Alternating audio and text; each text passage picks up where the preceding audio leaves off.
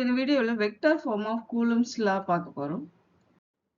இப்போ Q1 and Q2 charges consider பண்ணிக்கலாம். இந்த டூ சார்ஜஸுமே ஆர் டிஸ்டன்ஸில் செப்பரேட்டடாக இருக்கு.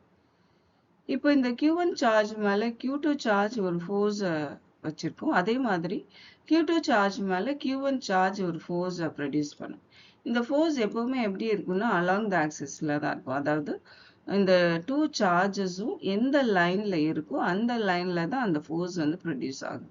That is, the force always lies along the line joining the two charges. இப்போ இந்த Q2 சார்ஜ் மேலே Q1 சார்ஜ் ஒரு ஃபோர்ஸ் வச்சுருக்கோம் இல்லையா? ஸோ அந்த ஃபோர்ஸை வந்து நம்ம வெக்டார் ஃபார்மில் எப்படி சொல்கிறோன்னா F21 vector. That is the F21 vector is the force on the charge Q2 exerted by the charge Q1.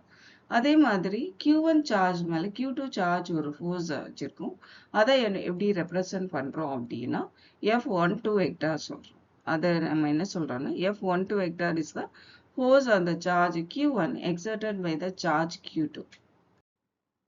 So next நம்ம resultant vector பார்க்க போகிறோம். Position vector R12 is equal to R1 minus R2. அதே மாதிரி R21 vector is equal to R2 minus R1.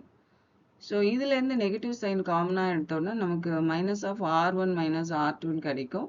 இந்த R1 minus R2 is equal to R12 இல்லையா, இந்த வேல்யூவில் substitute பண்ணுறப்போ R21 is equal to minus R12 கிடைக்கும்.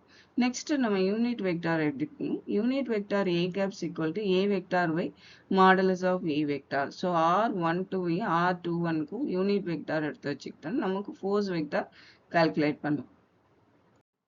F12 வெக்டாரோட unit vector R12. Similarly F21 வெக்டாரோட யூனிட் வெக்டார் R21. நம்ம already prove பண்ணியிருக்கோம். R21 is equal to minus R12. அதே மாதிரி R12 is equal to minus R21. நம்ம எப்படி வேணா சொல்லலாம். ஸோ அப்போ unit vector of R12 is equal to minus of unit vector of R21 நம்ம சொல்லலாம். இப்போ வெக்டர் ஃபார்ம் ஆஃப் கூலும்ஸ்ல ஃபுல் ஃபார்ம் பார்க்கலாம். இப்போ F12 வெக்டாரை நம்ம 1/4 epsilon naught into Q1 Q2 by R square into unit vector of R12. அதே மாதிரி F21 vector is equal to 1/4 epsilon naught Q1 into Q2 by R square into unit vector of R21. இதில் நம்ம first equation எடுத்துக்கலாம். That is F12 vector. அதில் இருக்கிற unit vector R12 நம்ம already prove பண்ணியிருக்கோம்.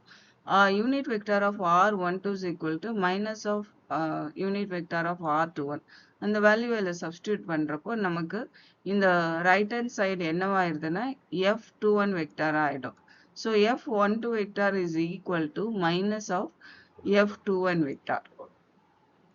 So இந்த கூலும்ஸ் லாலேருந்து Coulomb's law Newton's லாவை ஒபே பண்ணுறேன்னு சொல்கிறோம். அதாவது for every force there is an equal and opposite force.